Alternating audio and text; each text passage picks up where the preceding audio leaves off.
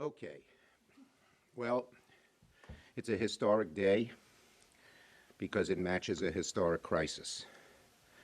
And our people need help. They were crying out to us to help. And the good news here, from Bernie Sanders to Toomey, Pat Toomey, people came together to help the American people. And that's a great sign. It shows you that this Senate can function when the need is so real and so pressing. And I'm proud of my caucus. We had such unity. There was virtually no dissension. And that's what enabled us to so improve the bill that was first put on the floor. We're very proud that we have established a Marshall Plan for hospitals and our healthcare system. We're proud that we made the bill workers first. We're particularly proud that in the bailout funds, there's accountability, there's oversight, there's transparency, none of which were in the original bill. So we've really done a good job and changed this bill because we were unified. And I'm glad the Republicans realized that need. You know, the bottom line is very simple. When you have a crisis like this, a scourge that shakes us to our bones, private industry can't get you out of the problem. Only government can. And that's what we learned. And that's why we Democrats were able to have such success. Because we believe in government to help people. We know it's needed. We know that the private sector, while so important, is not the end-all and be-all. And so, this is a good ending. The twists and turns were enormous. There were some down moments.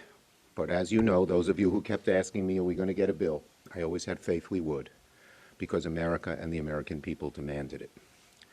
I said on the floor, this illness is so different and difficult. And so when we passed this bill on the floor of the Senate, we didn't hug each other, we just waved from a distance.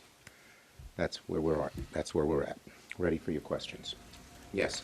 Mr. Leader, I'll ask you the same question I asked Leader McConnell. Understanding that this crisis is moving fast and you all need to move fast to deal with it, this vote happened tonight before the public was able to see this bill that is aimed to help them. There was virtually no public debate on what could be the largest bill in American history. Can you explain why that is? And is there a score for this bill? Well, we don't have, it's, you know, everyone has said it's a $2 trillion score or something. It's a $2 trillion bill. And so the bottom line is it's very expensive, but it would have been more expensive to do nothing or do very little because the crisis is so all-enveloping so much of America. And the second point I'd make is we laid out what we wanted in this bill on Monday. There was a great deal of public debate. I think we won that public debate. People didn't want a lending facility with no accountability. People wanted much more money for our hospitals and our nurses and our equipment. People wanted to put workers first. So there was a great deal of debate about the issues. And I said to my caucus the day that we voted not to proceed, it's very important to move quickly, but it's also important to move well. And this bill will be with us not just for days, not just for weeks and even months, but for years, so we better make it right. There's still there's a lot in the bill that I don't like, but it's a much improved product, and I think everyone was proud of the bill. Our Democratic caucus was proud of the bill produced and proud of the unity we had. Paul. Can you talk about this as a New Yorker? Your first term as a senator, you dealt with 9/11. Tom Winter's tweet says 88 New Yorkers died today, and they're at 280. What has this crisis been like compared to 19 years ago? It's different. It's different in this sense. In both, people doubted the future of New York. The talk after 9/11 was Manhattan was gone as a center of the globe, that no one would ever live or work south of Chambers Street. I always had faith New Yorkers would come back. The same now. They say, well, the density of population and everything else, we're going to come back. But it pains me. And it pains you in a certain sense because you can't be with the people. You have to talk to them on the telephone. That bothers me. I like to mix and mingle and press the flesh. Press the flesh is a bad word right now. And so I feel an ache for my people. And one of the things that guided me was to do as much as I could for them. And New York will get over $100 billion in this bill. It'll be money for the hospitals and money for the small businesses and money for the governments. This bill will really help New York, and I'm proud of that. But I'm worried for the health of the people of New York, who I so love. I just love the people of New York. I worry about them all the time. I sleep less worrying about them. Senator Schumer, did you consult enough with Governor Cuomo? Because he said this bill doesn't do enough for New York. You guys seem to have a very different opinion of what this bill does for New Well, York. Can you explain know, that? he's disappointed that it only got $5 billion for the state government, but there are small businesses in New York who need money. There are unemployed people who need money. There are hospitals who need money. There are nurses who need money. We got $4 billion for the MTA, just what they asked for. So this bill has been very, very good for New York. Is it going to balance all of Cuomo's budget? No, it'll balance more than half of it. Yes. Do you anticipate the need for additional legislation after this? I think the odds are we'll need new legislation, more legislation. First, we don't know the extent of the crisis in terms of the magnitude, so that could rise. But there are going to be problems that we don't realize now that we're going to have to grapple with. So I think the odds are high there will be a COVID-4, and hopefully we can have ultimately the same bipartisanship that passed COVID-3. Yes. You were really critical of the process that took place for this stimulus package. How would you like to see the... I'd like to see Leader McConnell, instead of writing bills on his own, deciding procedures on his own, and then calling it bipartisan, actually do it bipartisan, which means sitting down with the Democrats and coming to conclusions. The base bill shouldn't have been a Republican bill. That's why we had to vote no on the motion to proceed. It should have been, like 9/11, a Democratic and Republican bill, and I hope that changes in future bills. Would you like to see Speaker Pelosi more involved? She was involved. I talked to her probably 10 times a day. Last one. There's so much in this bill. I hardly know where to start. You all got some gains for unions, but in here also... Well, it's not gains for unions. That's Republican property. These are working people.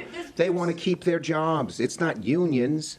When they said, oh, there's union things in this bill, damn right, there are things to keep working people from being fired when big corporations get money. My question's about, there's a lot of discretion that the Treasury Secretary has in this Well, bill. what we did there, I think I would have liked to see his discretion limited further. That was one of the places they wouldn't go. But we really did a good job. Elizabeth Warren helped me craft it. With transparency, we have basically the same oversight at TARP, which she did a very good job on. We have an inspector general with a subpoena power. We have a congressional oversight board. And most importantly, the full contracts that are signed will have to be made public within 7 and then 14 days. Justice Brandeis, sunlight's the greatest disinfectant. We'll see all those contracts. And if some of them smell, the public will be outraged and future ones will be much cleaner. Kane and... Can you just tell us, when do you think you'll be able to come back to the U.S. Senate? Well, The next vote is supposed to be April 20th, but... it's not even up to Leader McConnell nor Leader Schumer. It's up to the medical experts and how long this disease goes on.